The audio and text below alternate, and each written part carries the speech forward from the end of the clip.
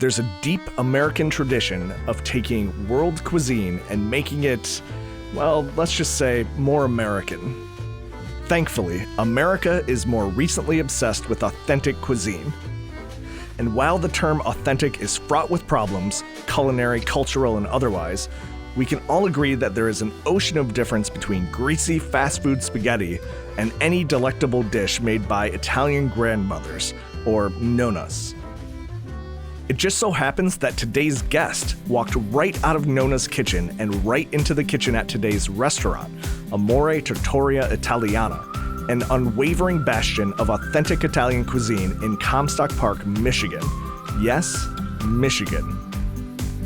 Take a look at this, a dish hailing from northern Italy, osso buco. About as authentic and traditional as one can get, except of course with an amore twist, pork instead of veal.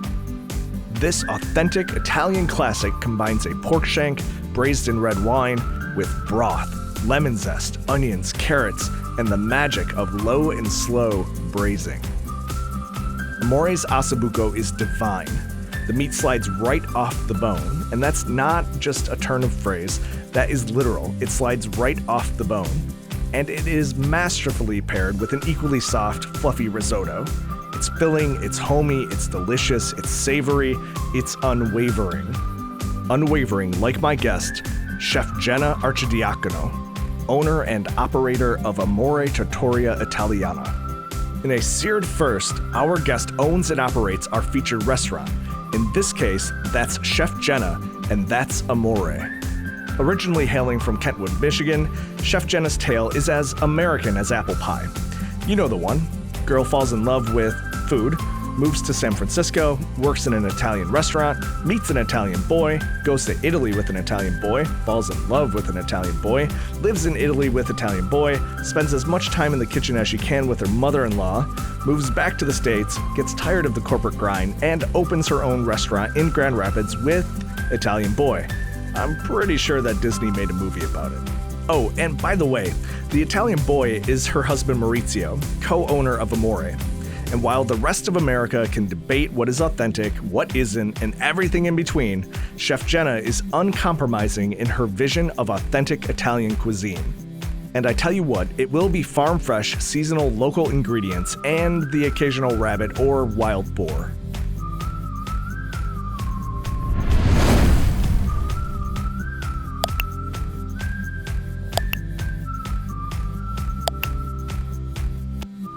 I'm Jay Mays, and this is Seared.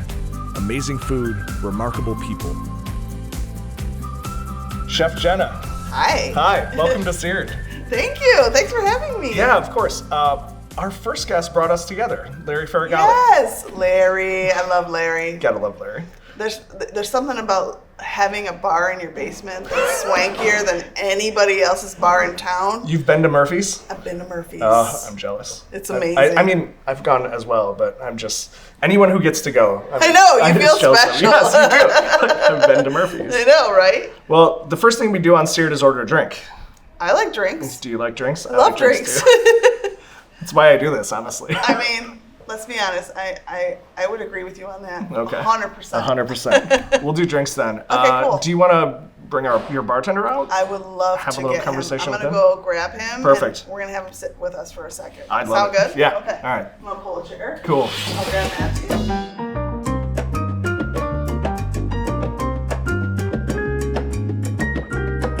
I dig old fashions. Okay.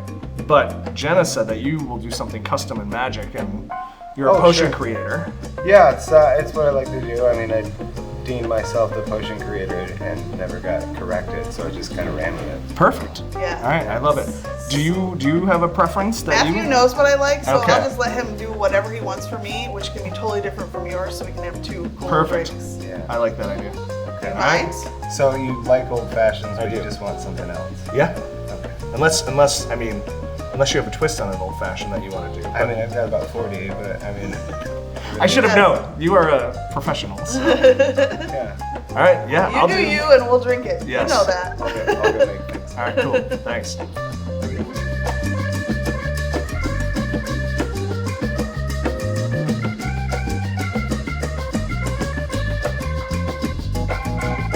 So this one's a little bit of an icebreaker. Okay. And I think it's fun for people and it's exciting. Last year, you were on the Food Network. Yes. You were featured on Guy's Grocery Games. Yes. Triple G. Triple G. Tell us about that experience a little bit, because Sure. I mean, out of all the people I know, only one have been on the Food Network. So. Oh, cool. So me? Is you're that it. me? Yes. Oh, okay. Yeah. Huh, that's you. awesome. All right. So the cool part was, there's kind of a funny backstory. One of my friends was the hostess at the time, and we grew up together. Yeah. We played tennis together in high school, and we actually reconnected because we both live in Rockford now. And she was hostessing this one evening, and she's like, comes up to me, and it's probably like 7 in the middle of like dinner rush. Sure. And she's like, Jenna, there's somebody on the phone that says they're with the Food Network casting company, and they want to talk to you. I'm like, that's just Maurizio. He's totally pranking me. And she's like, it's a girl. I'm like, I'll take it in the office. Oh, okay. So I went in the office, and it was a casting company out of LA. That's why they were calling it that hour, because Sure. their It's 4 o'clock time is for a them. little bit different. Yeah. So I spoke with her for a while. She asked me to fill out an application and send a whole bunch of photos in and give her a Skype phone call in the next couple days. Wow. Yeah. So it's a pretty long process just to be casted. Sure. And then after that, it takes a couple months for them to figure out if they want you, and it also takes a couple months to figure out which show they want you on. Sure. And so it's a very long process just to get on it. Yeah. And they're very picky and specific, and they want to make sure that you can actually cook. Oh, yeah. You're not just faking it. Yeah. You're just not chef by name. Yeah, Like you can I mean, actually because that create. could happen. Yeah. So with all the waiting, finally they called me and gave me a few dates. And since I take tours to Italy, Right. a couple of them conflicted with that. Okay. We eventually found a date that worked, and I found out I was going to be on the Halloween episode. Okay. They didn't know, but I'm obsessed with Halloween. I love Halloween. Perfect. That's So I was beautiful. like, this is perfect. This is so fun. But what you find out when you get there is that you can't wear any costume you want because of legalities. Sure. If you wanted to be a character from The Wizard of Oz, you couldn't. Right. Because you can't be Dorothy Right. for infringements. And it was kind of like, wow, then you have to be like a very... That narrows the range. Yeah. So I thought it would be really funny to be a fork. So I got like a fork costume, and they're like, that's really funny, but it will cover most of your face. It won't be easy to cook in and all this stuff. So anyways, I brought a couple ideas, but eventually they chose what they wanted me to wear. They just directed it. And yeah, said, they had "Do the this," costume designer who just kind of had stuff backup plans for us. Yep. So I was wearing something that they had picked out in the end for us. Gotcha. Which is all things that I would have never guessed that would happen, Okay. just because all of the background of show planning and all of that, I've been on local TV, but Right. I've never been on anything national before. A little different. But it was crazy. We had to be up at 5 a.m. Whoa. Your shooting schedule started that early? Yes. Wow. And I am not a morning person. I'm with you and there. I didn't sleep well because I was nervous. Oh, yeah. For a couple days. So by the time I got there, I was so exhausted because, you don't want to look like an asshole on national TV. No, you do not. That's high on my list of things not to do. Yeah. Look like an asshole on national TV. So I made it through, and I didn't get the best items for my... Okay. have you watched the episode? I have. Okay. So I know the offals and spice and Yeah. that sort of thing. Walk us through that experience, what you knew ahead of time, what you didn't. No, we knew nothing ahead of Nothing. time. We actually were all picked up on a bus at the airport, and there were 8 of us, and we were really confused by that. And then we found out that there were 2 shows filming in one day. That makes sense. So we were trying to figure out, because some of us brought costumes and some of us didn't, Right. then we eventually figured out they were filming 2 shows in one day. Okay. So then we kind of figured out who we were going to be competitive with. And it was all kind of like a mind game, because you look at some people and they're intimidating, Yeah, of course. and I'm definitely the farthest from intimidating of the group. But then they put you up at a hotel. It's near where Guy's house is, although we don't know where he lives. It's just a location near, Right. so he can go in and Just get over there quick. yeah. And then we got a tour of the studio beforehand, and we got to meet Guy beforehand. They wanted us to do that, so we felt comfortable. Yeah, you know? sure.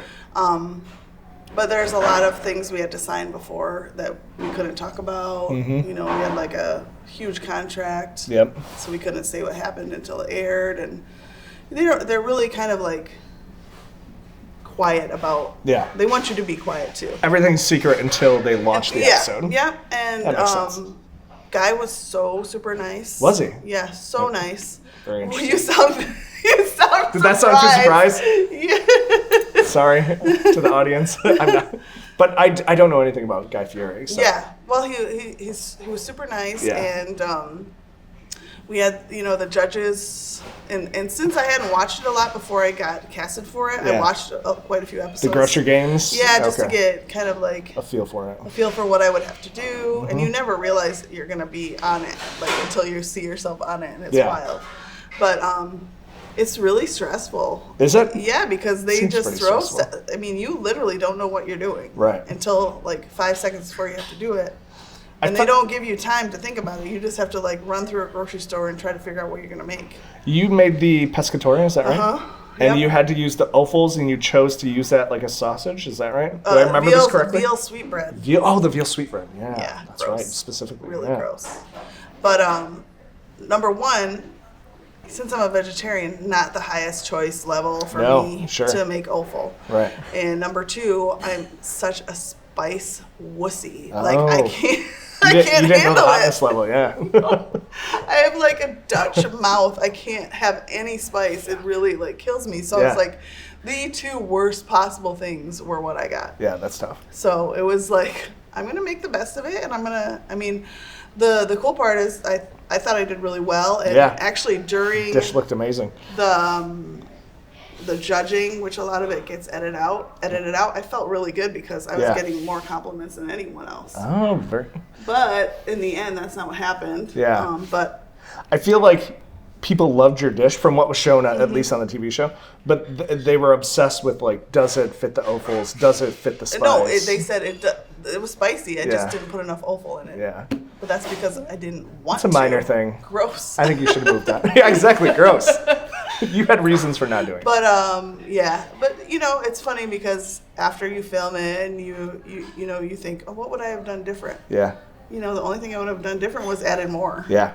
Because that's the reason I got booted. That would have moved John. But I was fine with that. Yeah. I had such a good time. It looked fun. I think they made me look really good. Yes. As far as me, I was so nervous, and I didn't think I looked super nervous. So, and I had a full house here for a watch party. It was crazy. Oh, that's amazing. We had like, it was insanity. Huh. And it was like, since it was a double elimination, it was cool because I got more screen time because of it. Because they had one less elimination to put in their editing. Yeah. So I was on for a good 36 minutes. Yeah. Which is great. Yeah, that's impressive. And then once I was off, like, everyone was like, oh, I didn't even tell my kids. Really? I didn't tell anybody because I thought it'd be fun for them to see it. Yeah, you just told them you were going to California. No, they know I was on the show, but they didn't know how it ended up. Gotcha. I didn't tell anybody. That's really good. It was fun. Yeah. It was fun. I was like, you're just going to have to wait. But it was really, really cool. Cool. And I made really cool friends from that. I bet, Some of the chefs that were on the show, and then some of them that were on the second one taped after ours. Stayed in contact. Yeah, it's awesome. super cool. Ooh, Whoa, here we go. Matthew. Wow. Ooh, all These right. look awesome. Smells So, good. yeah. Smells good already. Tell us what we have.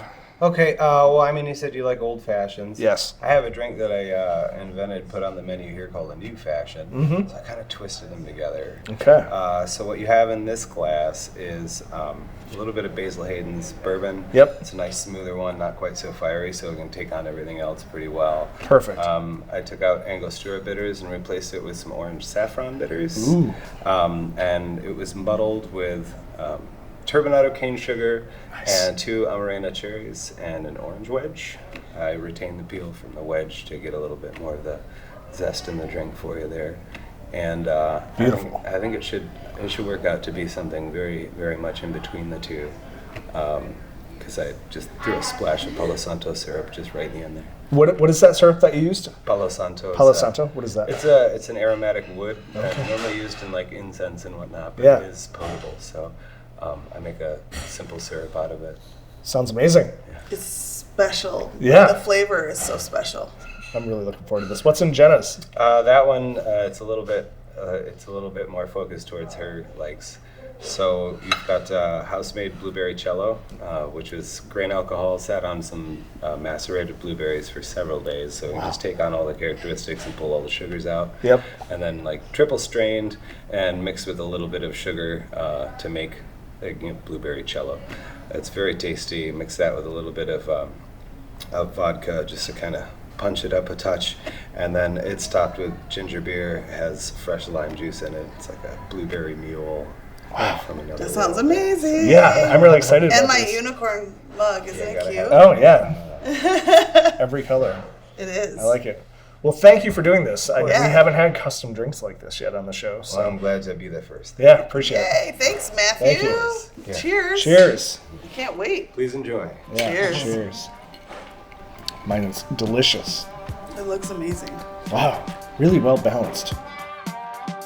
Let's talk straight about that first drink.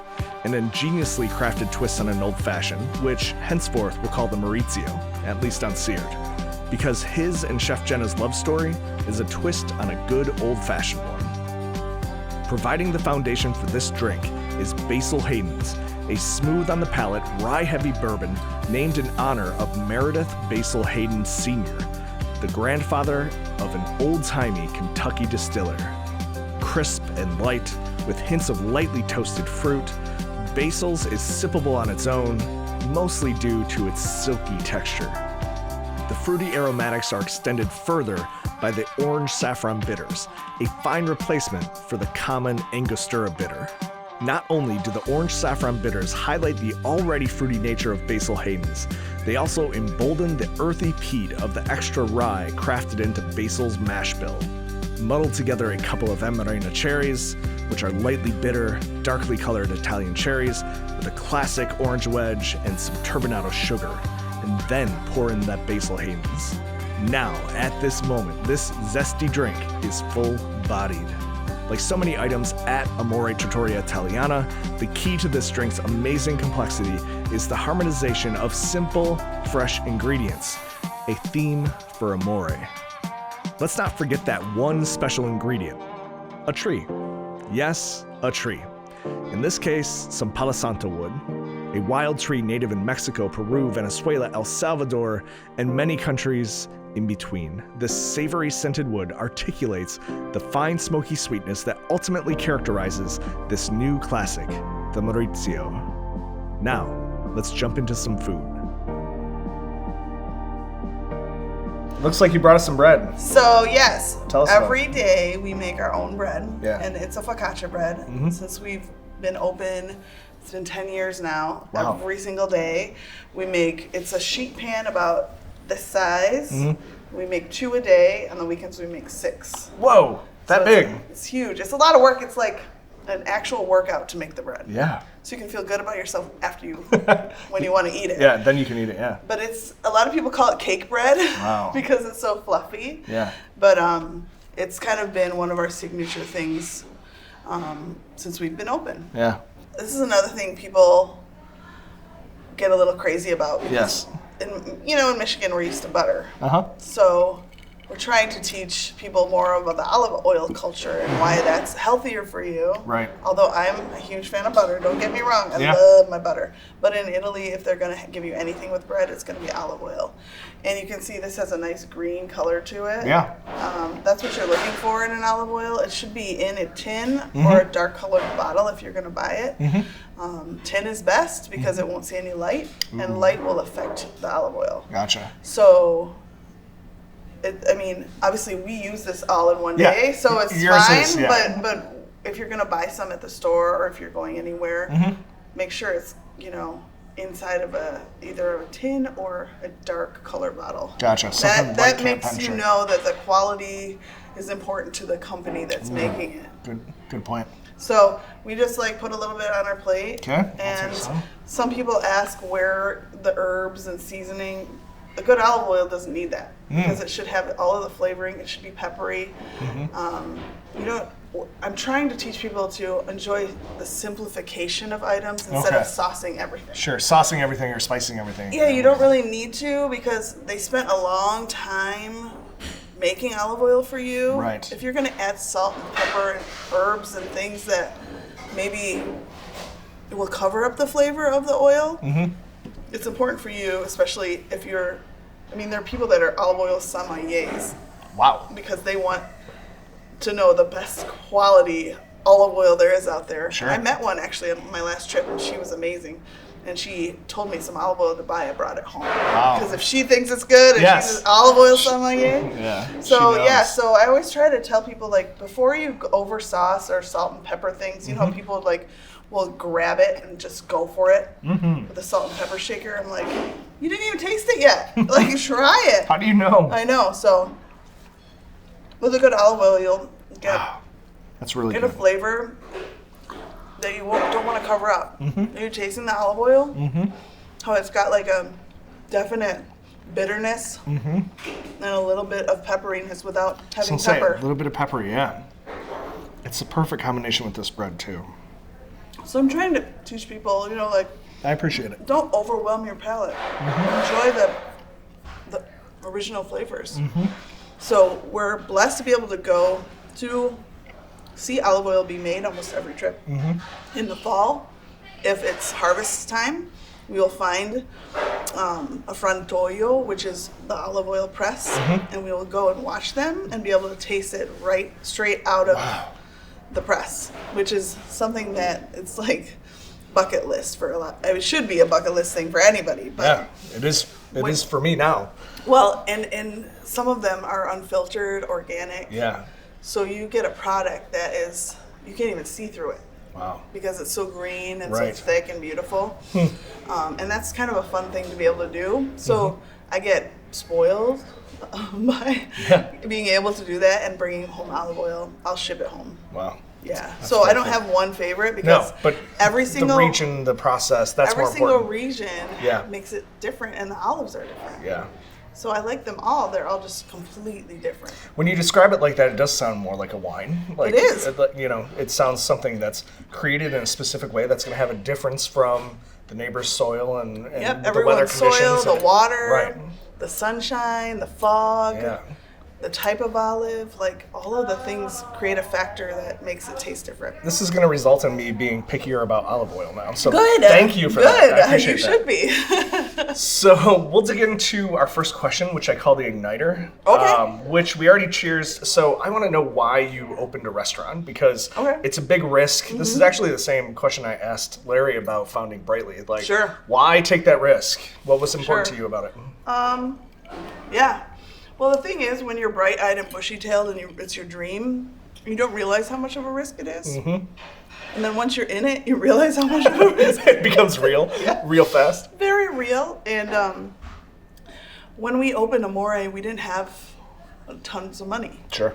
We were working at a assisted living, independent living facility. I was cooking there. Maurizio was there as well, doing front of the house management. That's your husband? That's my husband, Maurizio.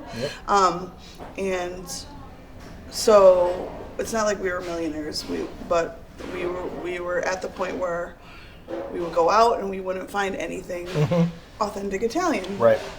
There was Tre Cugini, but that was high end. And not everyone can afford high end. We wanted to make it really affordable, simple, and local. And so we started looking. And we had young daughters. We had they're almost 16 and 12 now, but at the time they were 5 and 2. Wow. So you can imagine trying to open a business with young children. Yeah. It's not easy. That's a lot of hours. Just based on that, it's not easy. They were restaurant kids. I mean, they don't remember anything else. They remember Amore and that's it. Yeah. So, and now they work here, which is great. That's special. It is. But, and so do their friends. A lot of our friends and neighbors have worked here, which is super awesome too. It does give it that family vibe, which it does. is nice. It is. So It's friendly. when we opened, for years we had been scoping out ideas and thoughts and places, and nothing ever really worked out. It was either too small, too big, the location was weird, we couldn't afford it, it was just too much. And then we found this space. We actually just drove by, and on the sign outside it said available for lease.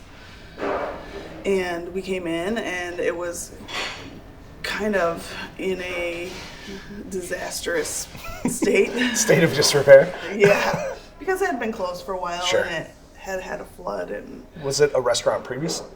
it was. It always has been. Okay, From the wow. beginning till To now. now. Fantastic. Yeah, so we had, when it first opened, it was called Andres, and it was a family-owned restaurant then, and then it became a German restaurant called the Alphorn House.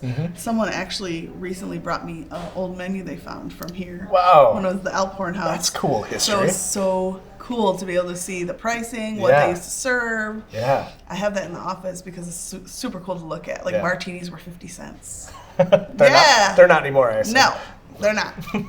And when I posted the menu, they're like, have the same prices for one day. I'm like, no. No. I would go for it. But, so the sign had a phone number. We called it. And it was a local business owner who has lots of properties in town. And we had a meeting with them. And they opened the doors, showed us the place. And so then we actually decided, okay, what are we going to do next? What's step 2? So we invited them over to our house, and I made so much food and showed them kind of my passion, what I wanted to do, and they gave us the keys. Wow. And they said, we'd like to be your partner. And so we were partners in business for a while until we could buy them out. I didn't realize that you started with a partner. Yep. Okay. Absolutely. There's no way we could have done Yeah, it. it's an expensive We were proposition. a young family Yeah. with not a lot of money. Sure. A lot of time spent cleaning Yeah. and remodeling, and like even the booths here. Yeah. If you see the little glass pieces, Yeah. those were around the corner. There used to be, or maybe in this room, there used to be a buffet, Okay. and they were on there. So we upcycled a lot of things. You upcycled before upcycled was trendy. Well, we did it Trendy. because we didn't have money. Yeah. So we tried to figure out a way to jazz it up without spending a lot of money. So Yeah. we put a lot of time That's awesome. and personal thought into it.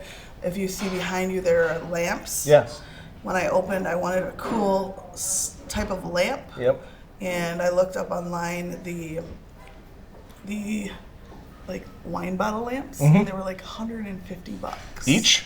Yeah, and I was like, I looked at my husband. I go, we can make those. And we're going to. And we're going to drink all the wine in the process. And that happens to be our house wine still after 10 years. Oh, wow. Yep, we still sell it. It's a bottle that we sawed the bottom off. Yep. Maurizio knows how to wire.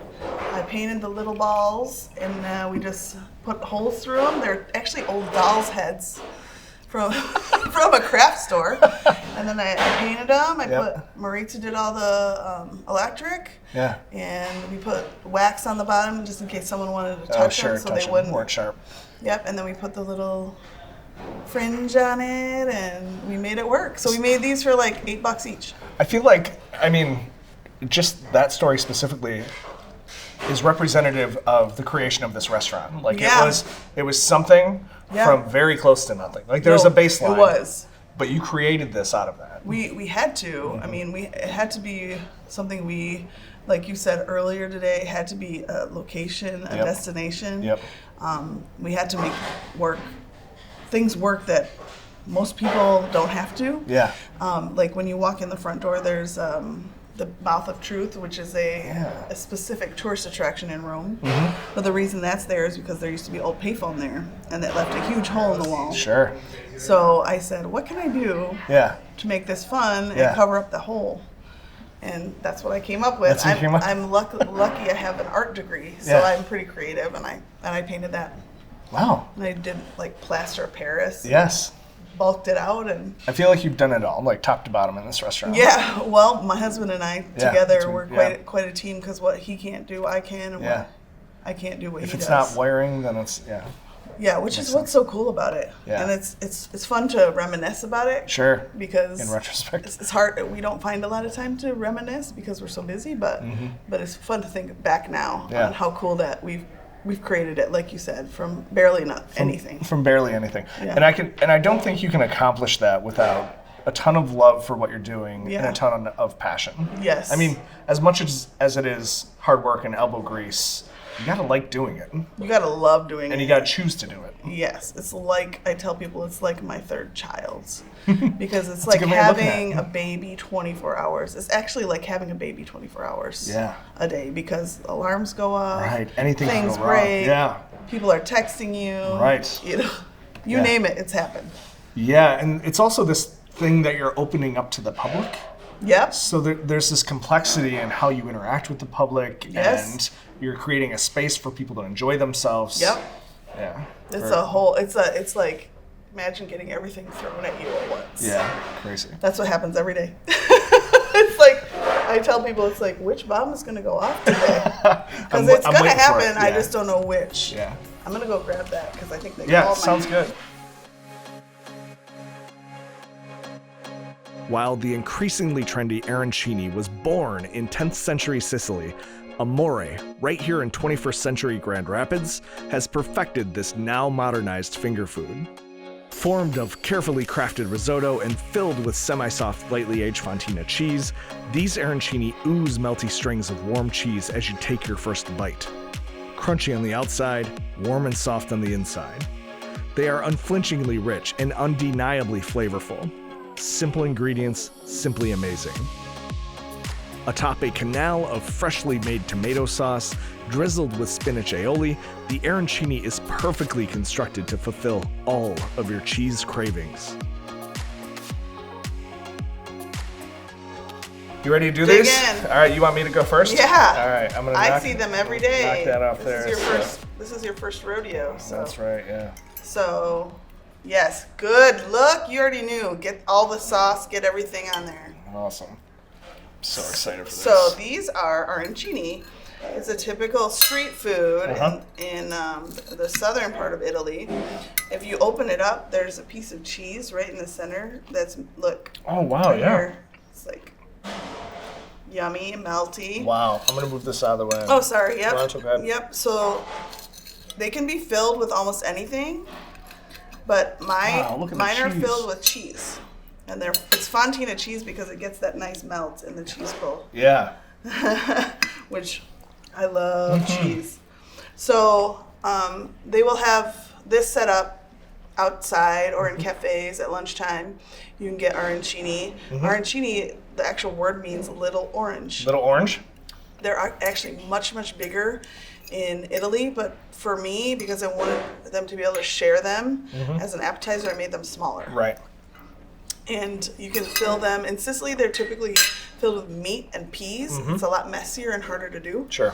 So this is the best way to go about it. Yeah. What's the usual size? Like a softball or a Like an baseball? orange. Oh, like an orange. Okay. Yep. And I should have guessed that. one of the best ones I've had was mozzarella bechamel and spinach on the inside. Wow. It was phenomenal. We went to a place that made a whole bunch of different kinds when we were on one of our trips, and I was like, let's try one of each, and so we did. But very good. Crunchy on the outside. I'm gonna get another one. Yeah. Soft and cheesy on the inside, or tomato sauce underneath, and the green is the spinach aioli on top. Okay, that's a spinach aioli. Wow. In Italy, you just get them with nothing. But I figured this would be a fun presentation. We'll judge it up. No one in town ever had these on menus. Before you. Now everybody has them on their menu. Which You started a trend. Which is a compliment. But it's fun to see people now that they know what they are, and Right. it's the first thing I order.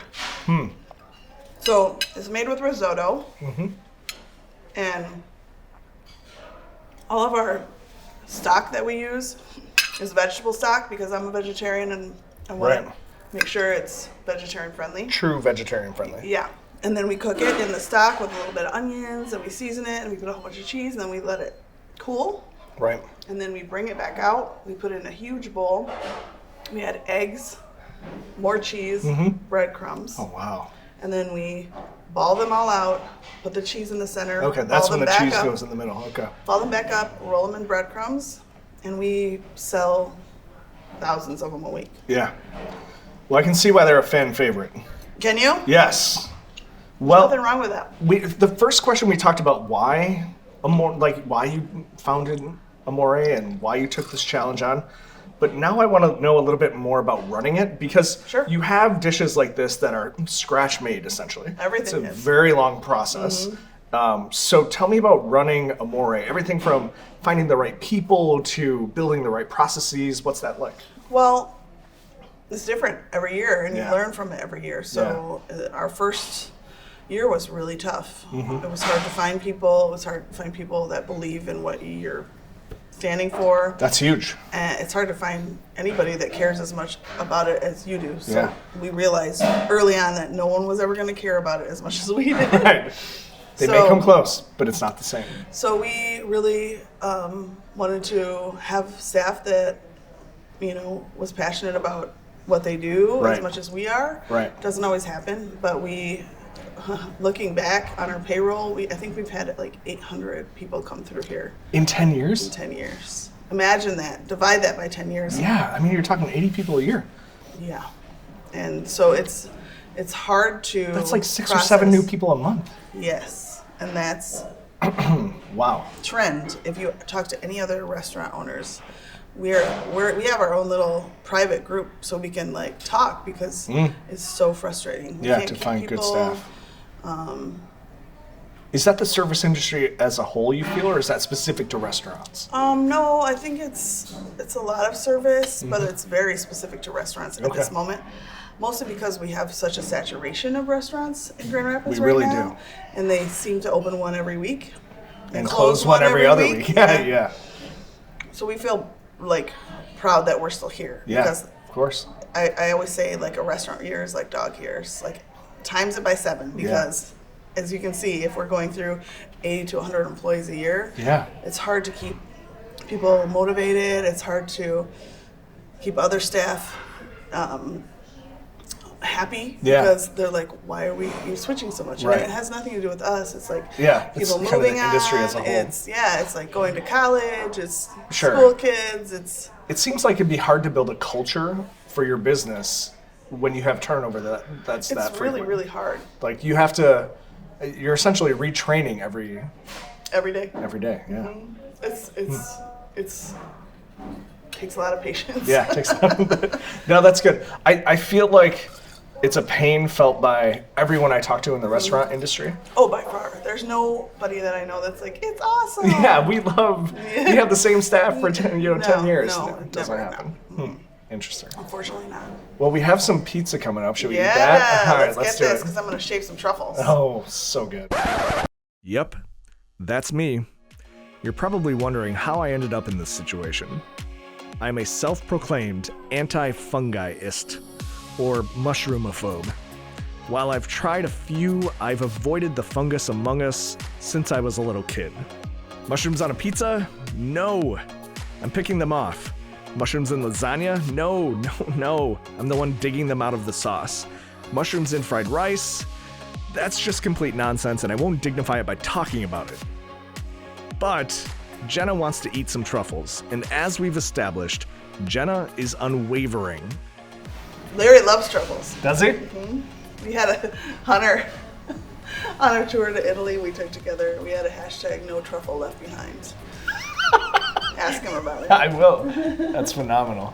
I didn't realize you guys went to Italy together. Yeah, he was on my maiden voyage. He was? Yeah. Oh my God. How do I get on that list? Before you leave, I'll give you a flyer. Yeah, perfect.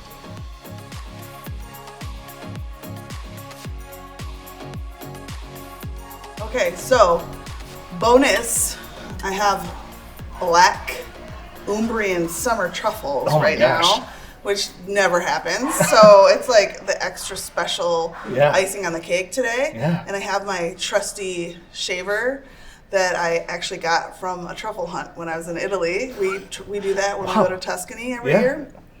And it's fantastic to be able to watch the dogs Yeah. and how they hunt. So the dogs hunt them, because I think people Yep. normally think pigs hunt Well, them. originally it was pigs, Yeah. but they've learned that pigs will eat all their profit, and Okay. if like there's a bite taken out of this, it's not worth anything. It's not worth it. Yeah. So this is actually what it looks like. Wow. It looks like kind of like a rock Yep.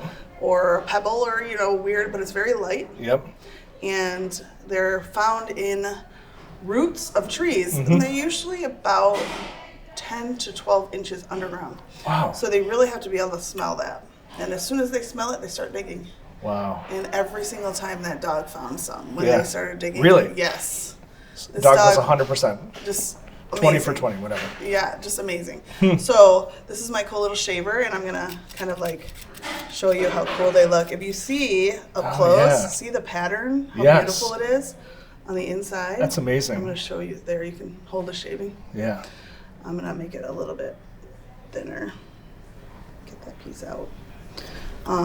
This can shave as thin or thick as you like. Wow. See, that's a little bit thinner. I'm gonna do it a little thicker. It's just like so satisfying. And once this truffle is open now, Yep. you can really start to smell it. Yep. And they're about, this truffle alone is probably $50. Wow. So you really have to charge for it, but it's a delicacy. There you can see. You want to smell it now? Yeah, love to. Now that it's opened up, you can smell it. Isn't it It smells crazy? unlike any mushroom I've Oh yeah, smelled before. it's got its own jam. It's complex. It is. Like it's not earthy. just, yes, earthy.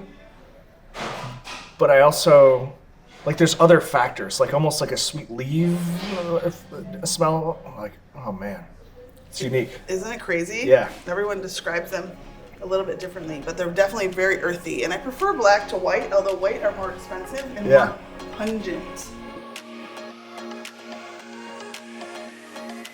It's so well known across the world, I almost just skipped this voiceover. Who needs to be told how amazing pizza is? Pizza is iconic. Even bad pizza is, well, pizza. I assure you, however, this is not bad pizza. In fact, it's downright delectable. Mushrooms and all. While the word itself, pizza, was first documented in the 10th century, around the same time as the first arancini appeared, the modern pizza was born in Naples in the 16th century. But whatever, history. Let's talk about pizza. This pizza, Amore's pizza, is crafted specifically to highlight the earthy truffles with a unique blend of cheeses, smoked mozzarella, pungent high-quality Parmesan, and the rest, a secret, specific to Amore. Once more, simple ingredients, simply amazing, and unwavering in its authenticity and attention to detail. But whatever, it's pizza. Let's eat. I'm stoked for this. Yeah. Is it your first truffles? Yes, Cool. my first truffles. So truffle salt, truffle oil are very common, but Yeah. real truffles are hard to find.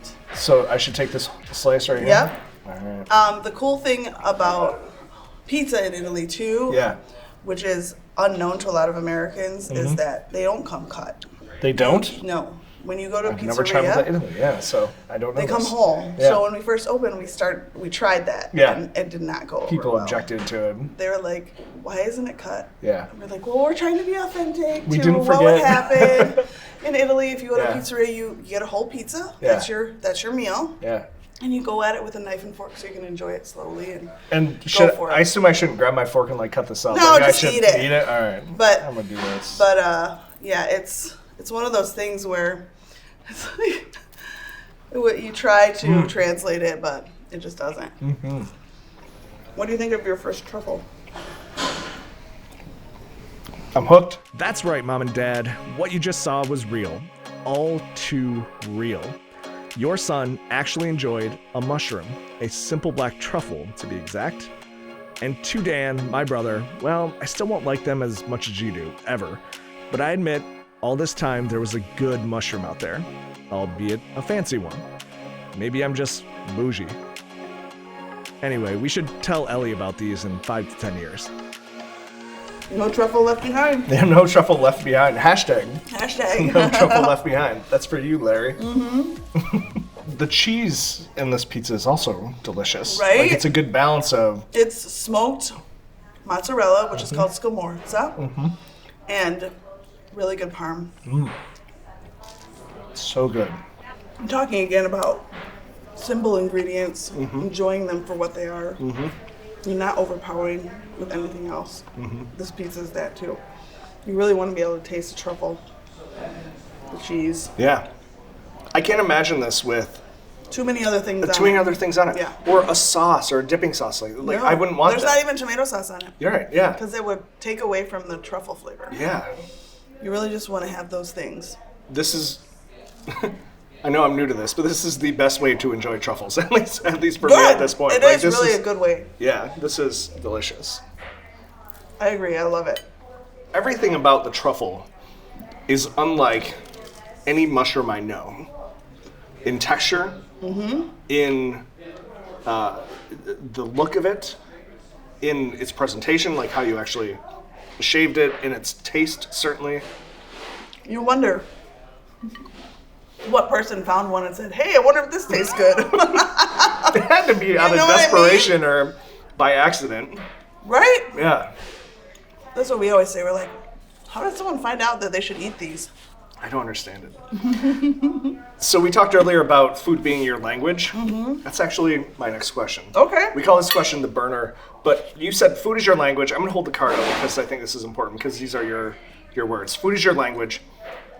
You love bringing joy to people through food, and you do it with love and with passion.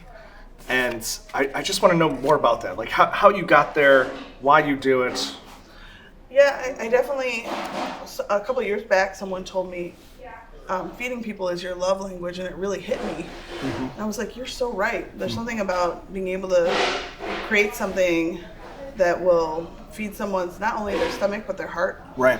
And a lot of times food does that for people. And it always has been that way for me. Growing up, I would be in the kitchen with my grandma, and then recently with my mother-in-law in Italy. And just her food, both of their foods would spark memories and joy in my memories. Whether it's this week, I made Chex Mix for my daughters when they started school. It's kind of like our tradition when school starts. Beautiful. Usually I make it at Christmas time. Yeah.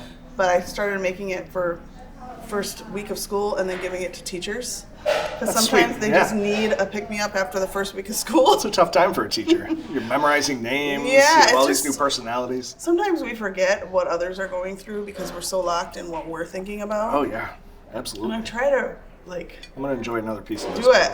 I try to think about others when I can, because it's not always awesome just to think about you and what you're going through, because other people are going through a lot of things. And for me, that's what I mean when food is my love language. It heals me to heal them. It makes me feel good to feed them, and it makes them feel good too. So it's like a win-win. If I was doing this for money, I'd be out of it already, because it's not what it's about for me.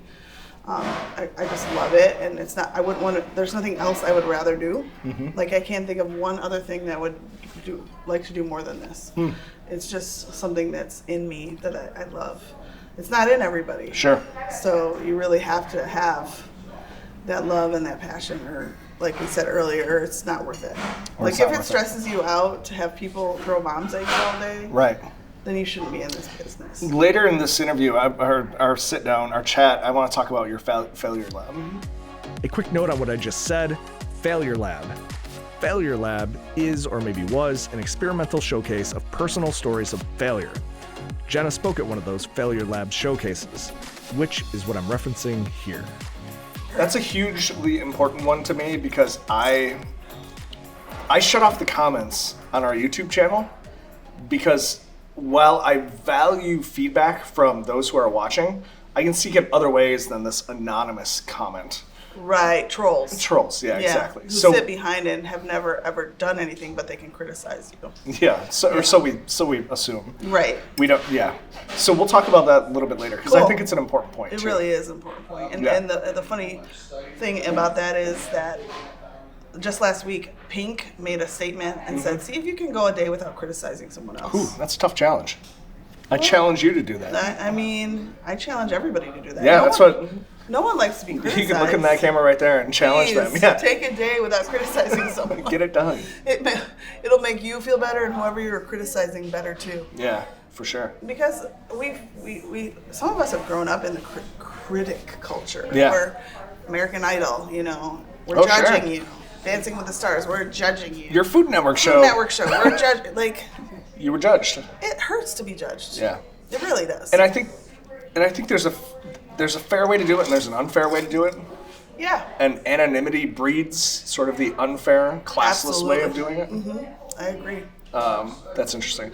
Well, I want to get back to the love language thing because Sure. this show's pretty constantly positive. Yeah. That's where we I like to be. positivity. I know you have a sign up front that says Nice good, people nice only. people. Yeah, thank you. Yeah, nice people only. Nice So, people only. It's yeah. important. but you speak through your food, Yeah. and it is constantly nice and optimistic, and you want to bring joy to people. Yes. And that to me is pretty clear. Yes, to me, I'd much rather be known for being nice than not being nice. Nobody. Yeah. I mean, villains maybe they want to be known for not being nice, but Maybe. I'd rather people look at me and say, "Oh, she's really nice." She was gracious. Yeah. Yeah. She I'd was much kind. rather have that be my legacy than other things. Yeah, that's for sure. Yeah. Well, thank you for that. This was, I want to tell you a secret now. Okay, I want a secret. All right. I don't eat mushrooms. Neither do I. Like since I was 3. Really? Yeah. I'm not a fan either. And but I'll eat truffles. This was phenomenal. Good. They're totally different than a mushroom. My family will their minds will be blown. That I got you to eat a mushroom. That you got me to eat a mushroom, yeah. Well, it's a special type of mushroom. It is. It's so them, good. Tell them only if they buy truffles will you eat mushrooms. I think that's a fair deal. They'll be like, what? No, we don't like you that much. Exactly. Well, good. I'm thank glad you for this. enjoyed it. Yeah.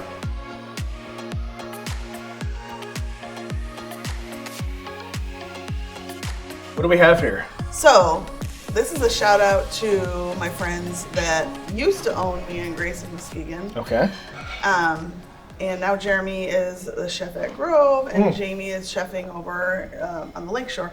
But they're like my muse. I always really looked up to them. They have an awesome palette and an awesome menu. Like Jeremy makes duck peanut butter and jelly sandwiches, Whoa. which sounds crazy. Whoa. But the combo, when it's put together, Yeah. is like sweet and salty magic. That's some creativity. He's so creative. He's at Grove. He's actually the head chef for Essence Group. So Okay. Grove, Bistro Bella Vita, Yep. and Greenwell. Okay. He's amazing. He's a good friend of mine. At their restaurant, me and Grace, they had a salad with goat cheese fritters. And I loved that. It's so different and unique. Is this So- an homage? This is an homage to them because when you eat out, and you eat out a lot like I do, you appreciate and find love in other chefs' cooking. Yes. And like I said about the arancini, Yes. you pull from that. Yep. So I pulled from that. It's different than what they did, but similar in a way. Okay. And so this is a goat cheese fritter we make in house. Oh, wow. We patty out the goat cheese, Yep. and then we panko. We flour, egg wash, panko, Yep. egg wash, panko, and then we fry them. So they're warm when they come out. Oh, wow. And then it's on local greens. We Yep. have a farm that we use all year round called Mud Lake Farm. And we're lucky to have lots of produce. But the Mud Lake Farm is hydroponic, so they can grow year round in Michigan. Oh, fantastic. They're in Hudsonville. You actually do a lot of, I think you call it farm to fork, fork to mouth. Like you work with a lot of farms. Yes, Because you're a scratch kitchen. I really want to promote farmers. Yes. They work really hard and they make quality products. Yeah. So the more I can use them as local companies, I just call it local recycling because in turn they make the money, I make the money, and it goes back. They Yeah. support me, I support them, Yep. and They're going to visit your restaurant. You're going to use their the foods. friends are going to visit. I was going to say they're increasing the size of your network. They're going to talk about where their foods are. Yeah, and Yeah. people nowadays care and they ask. They really do. So slow food means that it's grown or raised near where your restaurant is. Okay, slow food. Yep, and it started in Italy. So we were really excited to be one of the first restaurants to get the snail of approval, knowing that we do source locally as much as we possibly can. That's fantastic. So that's Mud Lake Farm greens. We make our own vinaigrettes in-house. So this is a blood orange vinaigrette, and it has dates, strawberries, pecans, and the goat cheese fritter. I love dates. This looks amazing. Well, So it's like a sweet and salty as well. Yeah. It's like a dessert salad. That's what I tell people. So dig in. Fragole, the word for strawberry. Sumptuous, locally grown strawberries. This well-balanced dish is built around the primary flavor of, you guessed it, strawberries. Pecans provide a muted saltiness that balances out the sweet. The dates impart a caramely richness perfectly paired with each strawberry. The blood orange vinaigrette provides a sourness that begs to be dominated by each sweeter berry. Finally, as if to say, no, I own this dish, a substantial goat cheese fritter, coated in panko, takes center stage upon a bed of locally grown mixed greens. Phenomenal. Dig in? A good chunk of that goat You want me to cheese. get, all right. Yeah. I'll Crunch do that up. Yeah. Because that's the magic on top there. Oh, yeah. See that nice, beautiful? Yep. I'm going to just drag it out of here. Thank you.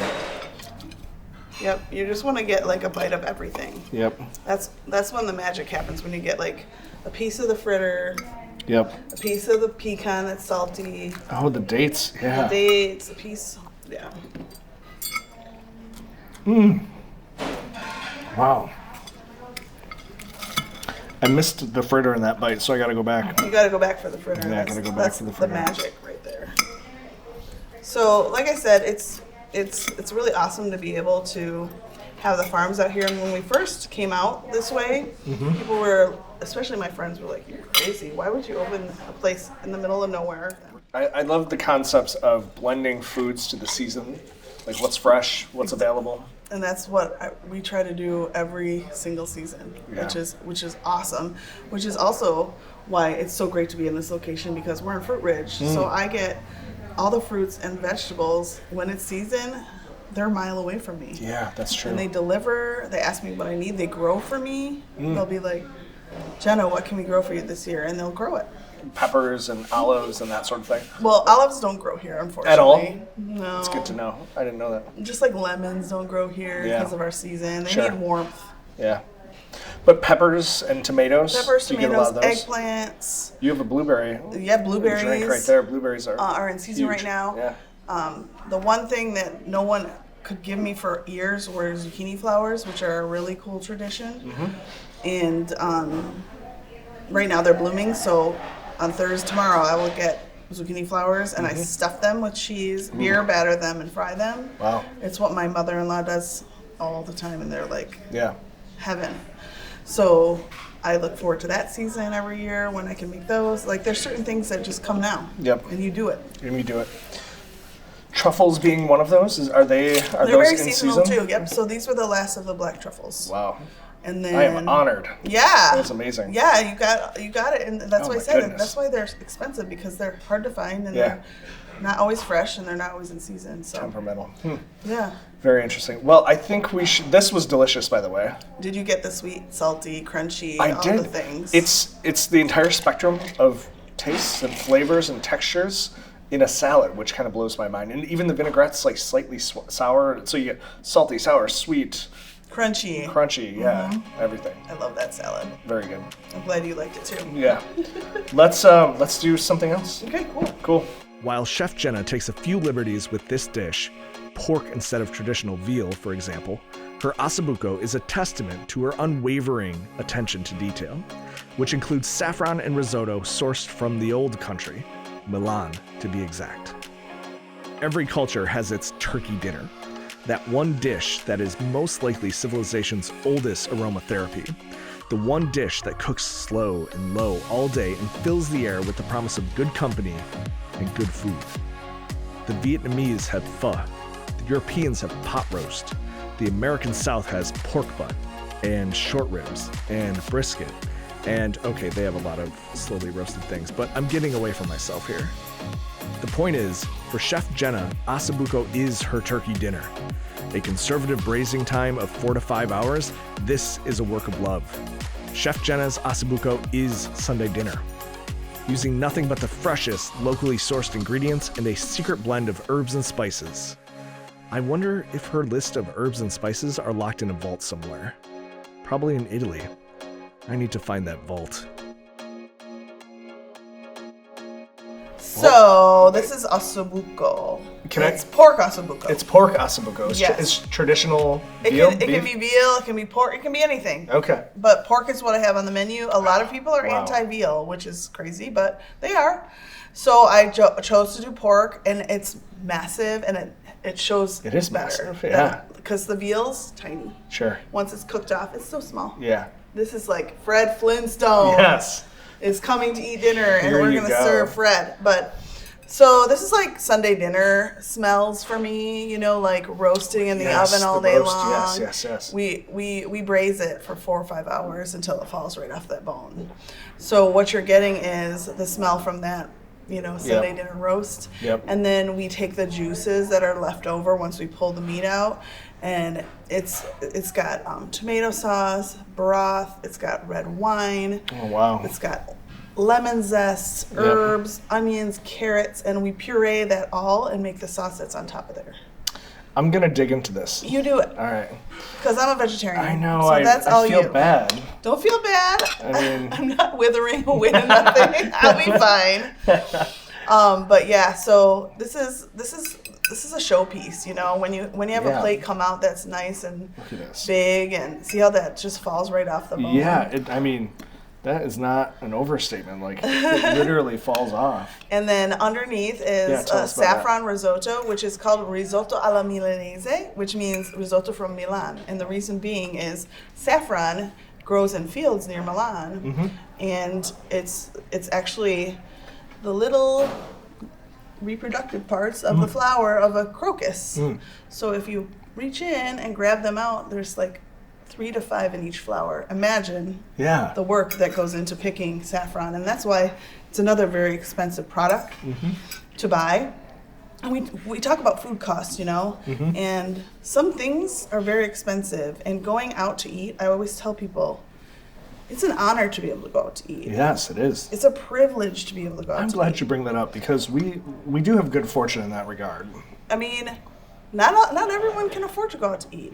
More people can now, because unfortunately, cheap food is sometimes fast food. It's prevalent. But it's also not great for you. And we all know that. I wish we knew that a little bit more and took more care of it. But for something like this, it took 5 hours to cook in an oven, so you're using 5 hours of gas. The saffron is expensive. Risotto in itself takes time, and it's expensive as well. Risotto takes at least 30 minutes to cook from start to finish. Wow. So imagine all the things that go into cooking a meal before you are like, oh, that's so expensive. Well, I had to have someone be near an oven for 5 hours. Yeah. Obviously, they're doing other things. Sure. But they're still paying attention. they're there working. They're there working, yeah. So inside a dish, there's so many variables that add and subtract to food costs. Right. Also, you have to remember when you're going out to eat, you don't have to do the dishes. You don't have to clean up. You don't have to work. So we're taking all the work out for you. Right. And you can just enjoy yourself. And a lot of the times people forget that. You know, when they like huff and puff because it took a while, or it's like you personally wouldn't have been able to make this faster than that if you started from scratch. It would have taken you 5 hours, and you would have to sit here. You know, we're doing all that for you. Yeah. So it's like, respect that process, respect all of that, what goes behind being at a restaurant, not just That's a good point. going out to eat, scarfing it, and leaving, and thinking that it should take 5 minutes, because it doesn't. You know, it takes time. Everything in a quality restaurant takes time. The presentation of some meats on the bone won't have. It has like this almost the caveman appeal to it.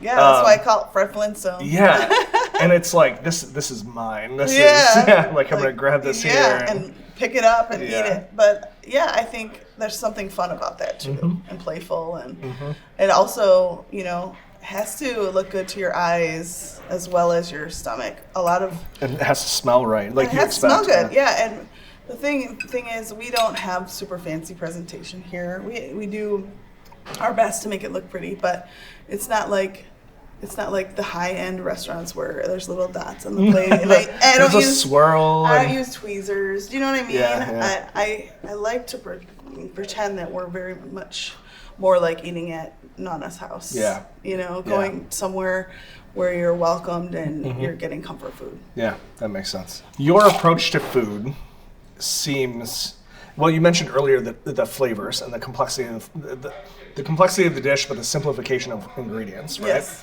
So there is complexity in how you match flavors and that sort of thing. But in what flavors you let come through, there's simplicity in that. Yes. I feel like your approach to plating and serving is sort of in that same vein. Yes. Like you're getting a dish that's complex and takes 5 hours and, you know, has all of these elements that go into it. Yeah. But your plating and your serving is, here it is. Yep. It's simple and this is meat just on the like, bone. yeah, It's just delicious. like, you know, Nana would do or Grandma would do. Yeah. She's not going to spend an hour No. with tweezers and a No. and a squeezy bottle. She's running around the house. She probably just yelled that somebody was in her way. Yeah, exactly. And this is the dish that comes out. Exactly. Yeah, very cool. Well, I have a question for you about your failure lab presentation.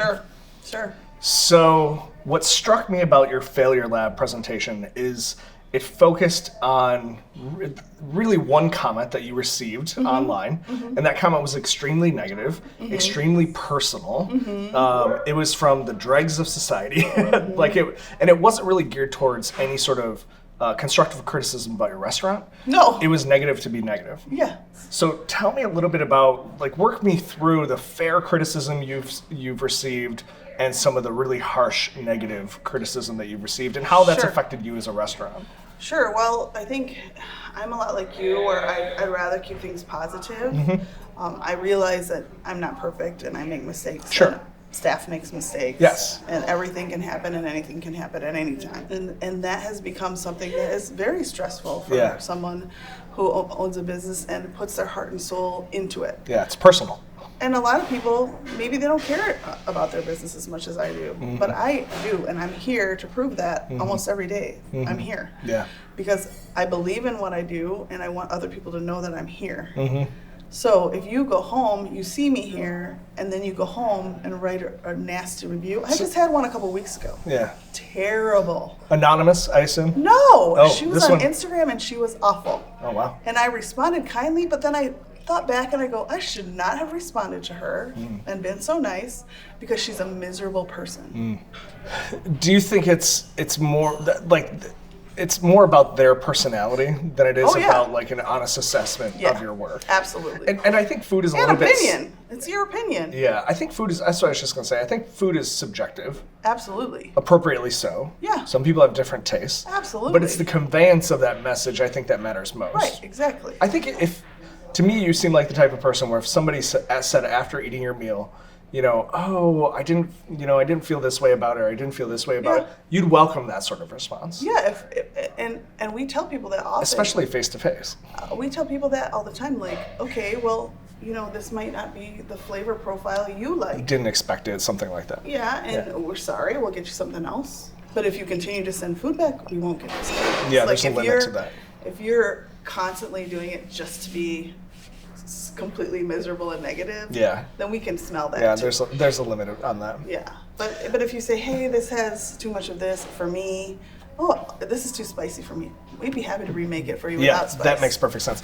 I've gotten some criticism on different pieces of art in my life, right? I've done woodworking, I've done this show, like that sort of thing. I'm an artist, so yeah. Yeah, exactly. So I fully expect someone to have a different opinion than me, right? Absolutely. Subjective. But at some point, the art is the art, and at some point, the food is the food. Yeah. It's a spicy dish. Yep. This is what it is. Yeah.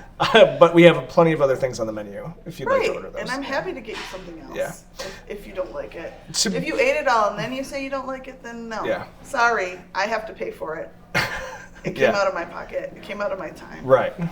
The culture of negativity it's hard not to get caught up in. There are days when we have an off day. Yeah. And I want you to say, you know what? This didn't go well tonight for us. That's true. I want you to know that. And Yeah. if I don't know that, I can't fix it. Yeah.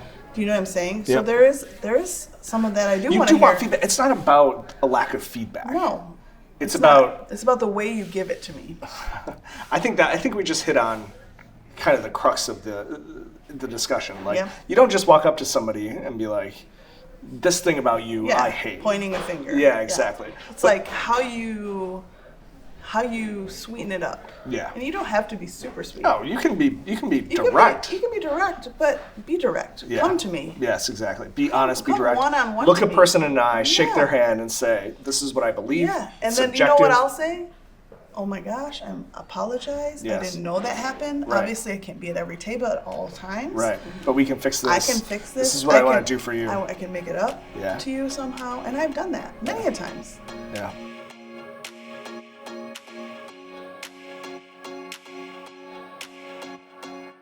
This one's positive.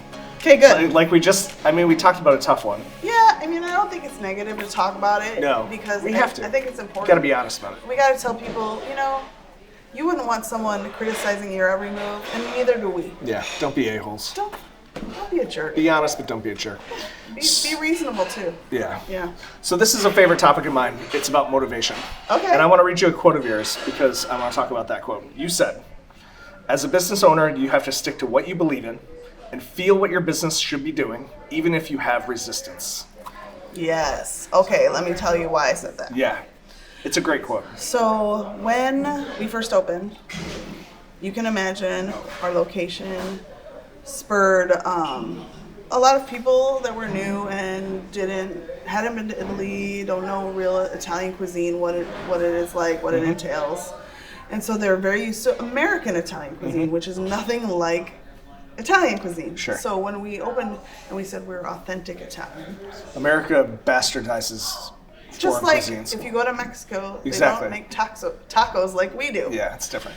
So it's the same thing with Italian food or Cuban food or any other type of Chinese food. Yeah. If you go to China, the Chinese food is nothing like our food.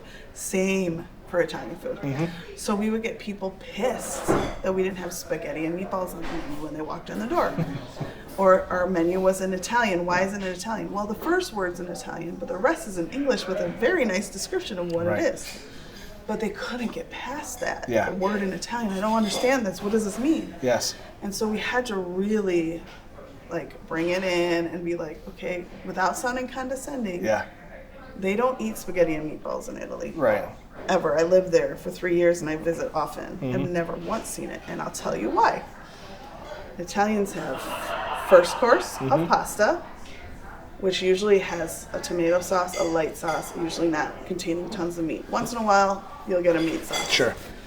Second course is your meat and your vegetables. So you're not going to put a lot of meat in the first course because you're going to get it in the second course. But I can't explain that to every single table, and I can't explain it to people who've never been. But when people have been, their faces light up and they understand it, and they know, oh my gosh, I had that dish. I had that wild boar dish with pappardelle when I went to Tuscany. Oh, wow. Or I had limoncello in Amalfi Coast, and you make your own. Yes, we do. So these are all little things that we can take when people are educated and they've been somewhere. Yeah. When they aren't, we have to choose how to educate them, show them, teach them, and tell them why we do certain things. That's got to be fun.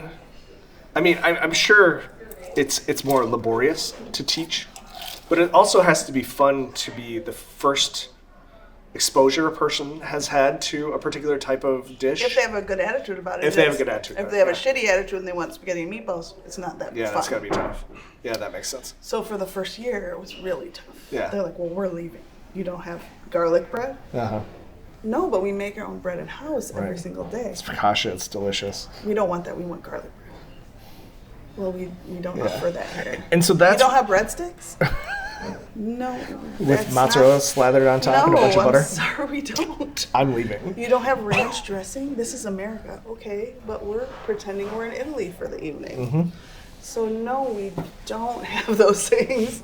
So it's those. Just like they don't have ketchup at a Chinese restaurant usually. Yeah. You know? So it seems like if people were willing to come along on your experience Yep. that you were offering, Yes. you had very positive interactions. Yes. And if they had a predetermined notion in their mind and they were unwilling to move from that, They don't come back. they don't come back.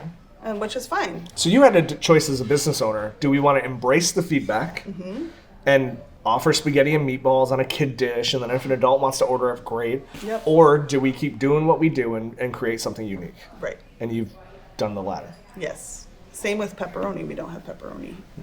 Because pepperoni in Italian means bell pepper. Yeah.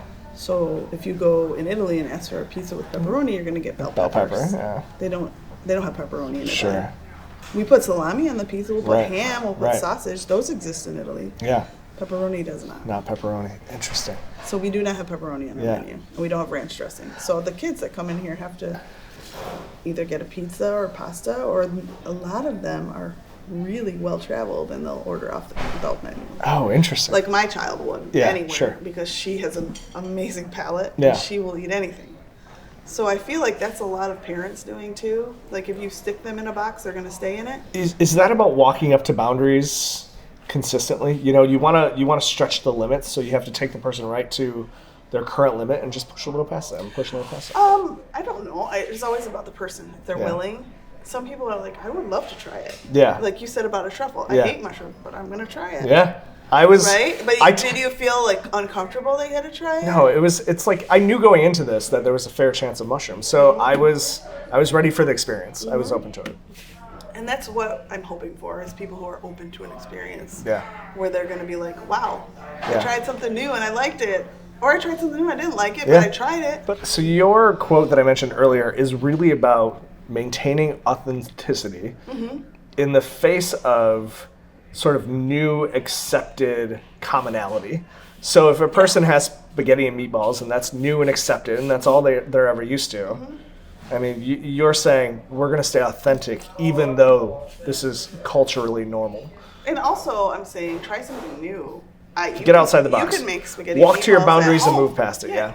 You can make that at home. That's Yeah. something you can make. Why don't you come eat something you don't want to make at home, like Yeah. osso buco, because it takes 7 hours, or Which was amazing. or homemade pizza because we make the crust here and we Yeah. open it here, or a pappardelle with wild boar. You're not going to eat that at home. Like, That's on my list for my future returns to Amore. yeah, I mean, try something Is the wild new. boar, yeah. Rabbit. That was the typical food on a dinner table in Italy. I actually had rabbit on one of my cards previously, but I read an article about serving rabbit. You guys serve rabbit? Yeah, and we're people- one of the only people in town that serves rabbit. Yeah. And it's just like the other white meat. It's chicken.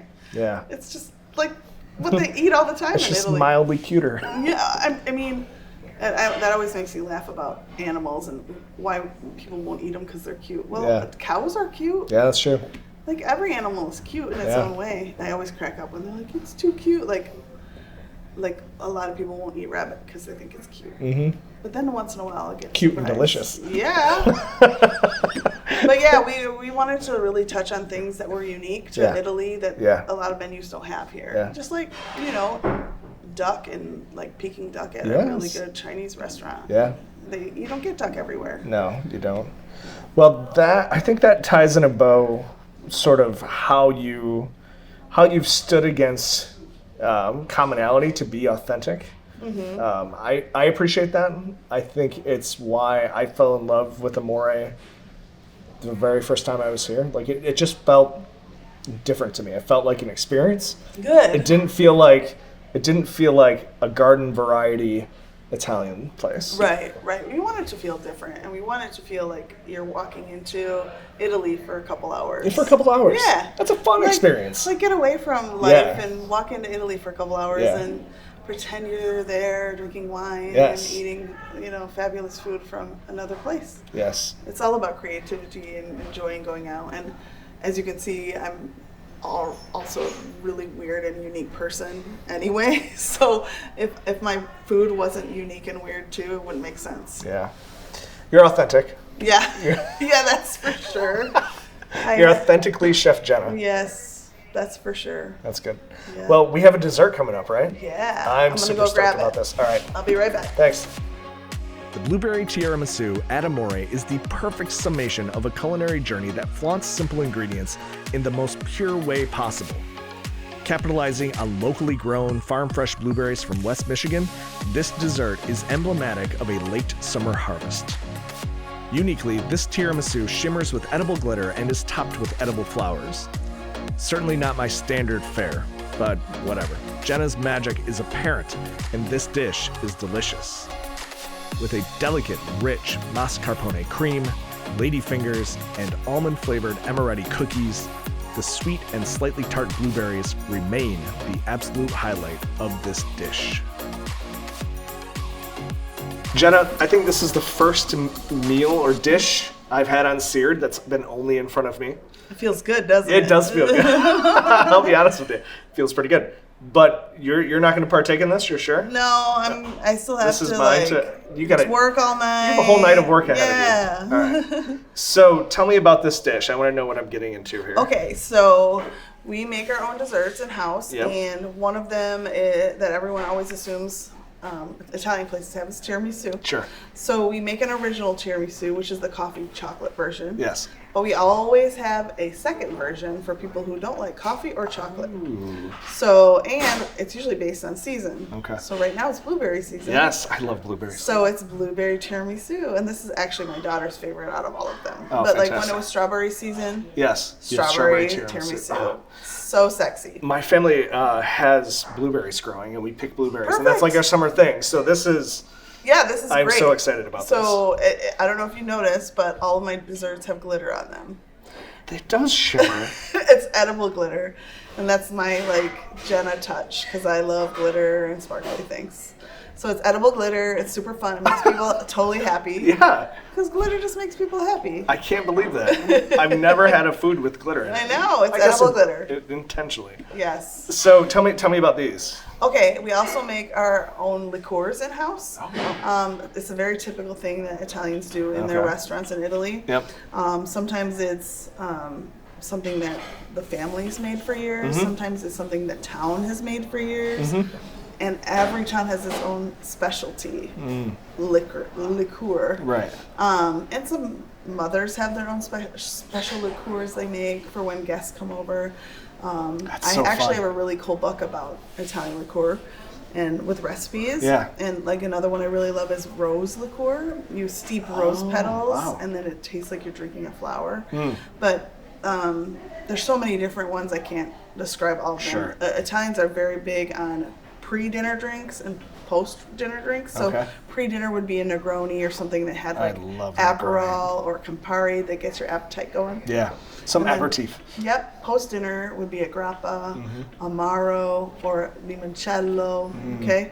So when I opened, I wanted to have my own thing. Yeah. So I invented this, which is chocolatello. Chocolatello. So it's a chocolate liqueur. It tastes like you're drinking a melted chocolate milkshake. Should I drink this first? You can sip it, yep. And I always tell people you don't have to shoot it. It's not a shooter. It's just a sipper. I'm glad you said that because my gut instinct was Wants to to like, shoot it. boom. I know. That's an American gut instinct. And I was like, no, don't shoot it. Yeah. Enjoy it. Yeah. It doesn't have to be one and done. This one as well? May I do this? That is the blueberry liqueur Okay. that we made with the local blueberries. Wow. That was in my first drink here. And it's diesel, which is a Everclear basically. And then we macerate all the blueberries, let it soak for a week, 2 weeks. Wow. And then we strain it and make a simple syrup. And that's how you make limoncello too. But I'm going to dig into this. yeah.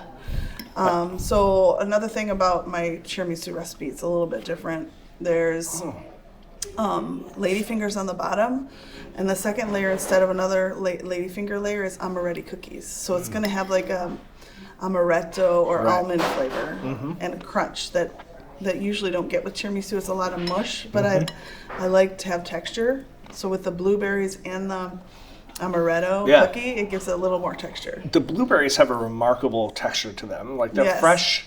They're obviously fresh Yes, blueberries. yep. And Wow. they pop when you Yeah, they bite do. into Like them. you, like you picked it off the bush, rubbed it off a little, and put it And in your ate mouth. it. Yeah. So it's fun because the people that are Amore goers know that we have certain tiramisus during certain part of the year, and when it's blueberry season, we'll have that strawberry season. And we've done a lot about making fun. Like I'll make pumpkin caramel when it's the fall. Some I've interesting made key lime combinations tiramisu before. Just funny and unique. Anything that I think of that would we make a Nutella one. That's even the cream is chocolate, so it's chocolate on chocolate. Wow. I like to have fun with it. Everything we've had so far has been phenomenal. Good. This is an edible flower from Mud Lake Farms too. I was going to ask. Yeah, they taste really good. Just like drinking, you can drink flowers and eat flowers. I'm going to try those. Yeah, just for fun. Edible flowers. Yeah. Still a new thing to me, but it really does have a flavor. It does, and they have like 4 or 5 different types, and they all have a different flavor, which is super fun and interesting. It's pretty in a salad too. Yeah, I'm not going to try to describe it, but it does have a flavor that looks, whatever this looks like, this orange and this yellow and the red kind of striping through, that's the flavor it has. Yeah, it's pigment. I don't know. It tastes good though. It's really good. We have one final question. Sure. I have one final question for you. This question is to Sizzle, and it's about what you're doing next. Okay. And it's also about what you're doing now, just as much. Sure. But this could be in your industry. This could be just you. Could be about Amore.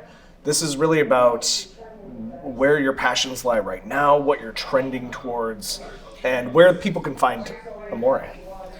Well, I think a lot of people think, why don't you open another place? And we already touched on one. Yes, we did. Because I can't be 2 places at once. You said this was your baby. This is my baby. I also want to see my family and my kids because they're not getting any younger. They're getting older. So to me, it's not important to work all the time. It's also important for me to balance. And so we're not open for lunch. We're open for dinner 5 days a week. Yep. Because that's what we think is the best for us. And we've molded and shaped that during the 10 years. Yeah. We've tried it all. But this is what works the best for our family. You've tried weekends, you've tried lunches, you've tried all of it. catering probably. We tried brunches. Yeah. Yep. So but you find that dinner is the best for your brand. Yep. And we'd also eventually love to do banquets, like have a banquet facility. Sure. Because with that, you already know how many people are coming, you know what the menu is. Predictability. It's very, very predictable. I don't know if that will happen. I know it's something we talk about. We would love to have a venue that would be an Amore venue. I think it would be really cool for weddings. Yeah, that'd be great. But that's just something we talk about. Mostly, I really just want to focus on here. It's this. This is your love. I would love to. I'm doing the Italy trips, so I take people to Italy twice a year. Let's hit on that for a little bit because it's super interesting. It is. Yeah. So my friend Molly, who used to own a food truck in town, started her own travel business. Shut down, sold the truck, started doing culinary travels. She got married. She moved to upstate New York. Yep. And her mom always did like culinary tours and cooking schools when she was growing up. So she was already knew how it ran. Yep. She would help her mom. Yep. Then she decided to try to do travel with culinary, and her and her sister are awesome. They're like blowing it out of the water. Yeah. But one of their first trips was the one Larry took. Gotcha. And so we decided to kind of come together because she was starting up. Yep. And I was already like pretty stable in the industry, and she was like, let's put a face to a tour and to this traveling. let's start doing it. And so the tours have slowly gained so much like excitement. Yeah, traction. Yeah, and so people see the photos when I'm on my trips because I'm very good about social media posts. Yes, you are when it good comes at to that. Media, And people are like, I want to go to Italy with you. Yeah. And so the problem being now is that so many people want to go, and it's only 14 spots every trip. 14 spots once a year? Twice a year. Twice a year. So it's like 30 people. A year? A year. That could be a long waiting list. Well, and it's beginning to be something that sells out like a concert ticket. So they'll put them out and they're gone. Yeah. Like when the first trip took a while to sell. Yeah. Because you got to get people on it. Absolutely. And then committed And then it gains flights. it gains speed, and now it's like I really want to go. So Yeah. it's like, do we do more trips? Right. What do we do? But I don't want to be away from my family or my restaurant too much. So That makes sense. So right now the 2 trips are awesome, but I think in the future it would be cool to do like 4 weeks, like 2 and 2 or something. Do you always go to the same place in Italy, or Nope. do you do a different? It's different every time. So there's a reason if a person goes once to go again. Yep, we have many repeat customers. Oh, that's awesome. Yeah, it's really awesome. That's very cool. And you become friends with them because you're with them for a week, Of course. and you all like to eat and drink. Well, So you've found friends at this restaurant, like people who Lots have, of 'em. Yeah, people who've frequented Amore. yep, I have who- so many cool stories. And you approach their table, you interact with them. That's a part of your brand. That's a part of your Yeah, business. they're It's my part of family you. when they're here. Yeah, family when they're here. Yeah. In Italy when they're here. Yeah, they are. People can find you on Instagram, Yes. on Facebook, Yes. your restaurant on Google. Yes. Yeah, they can follow you personally, or they can follow the restaurant. Right? Yep. Yeah. Absolutely. Yeah. Yeah. Well, I'm thank on you Twitter too. On Twitter too, I don't quite understand it, but I'm on it. but you're on it. Yeah. You can say things 280 characters at a time. Yes. I don't usually need more than that. Well, I will certainly positively review this place. Oh, thank you. Without I any appreciate criticism. that. Please give me a Yeah. like. Thank you for doing this. Thank you for being here. Hope you had a good time. It's been awesome. Good. You are a remarkable person. Oh, thank you. Yes. You're so sweet. Thank you so much. I'm so glad you guys came out. Hopefully so you're fun. full. I think, Troy, are you full? Good. Happy boy over there. Yeah, That's thanks again. awesome. Thank you.